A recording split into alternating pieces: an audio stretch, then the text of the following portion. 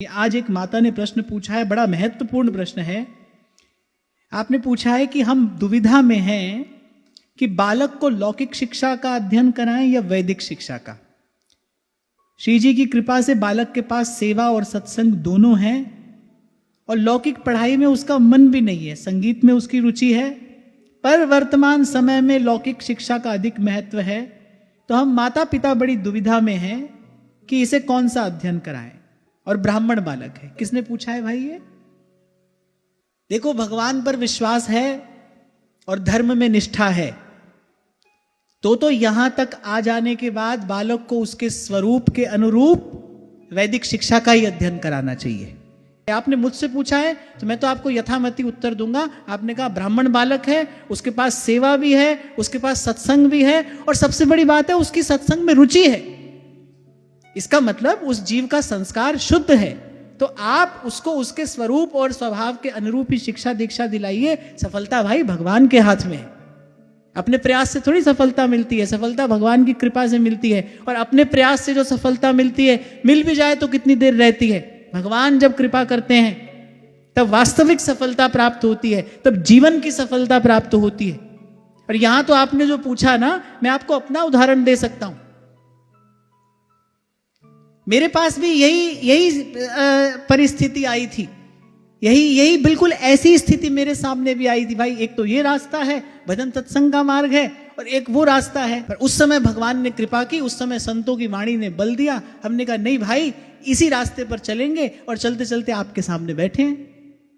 हो सकता है लौकिक पढ़ाई में थोड़ी चूक हो गई हो सकता है इस सेवा के लिए हमको कभी कभी वो छोड़ना पड़ गया हो, पर छोड़ा तो भाई कोई घाटा नहीं हुआ।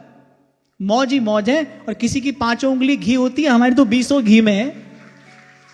खूब आनंद है।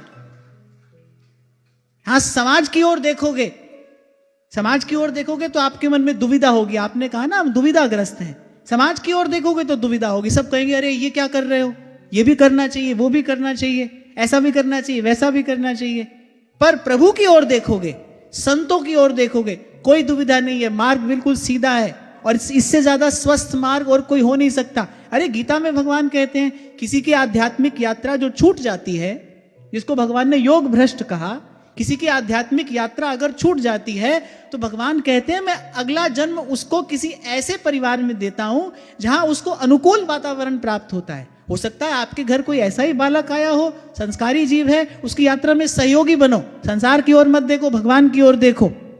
सदा सर्वकाल पोषण करने वाले भगवान हैं और भगवान की ओर देखोगे तो मैंने कहा फिर कोई दुविधा नहीं है, मार्ग बिल्कुल सीधा है। तो आपने मुझसे पूछा है तो भाई मैं तो आपको अपनी मति से उत्तर दूंगा।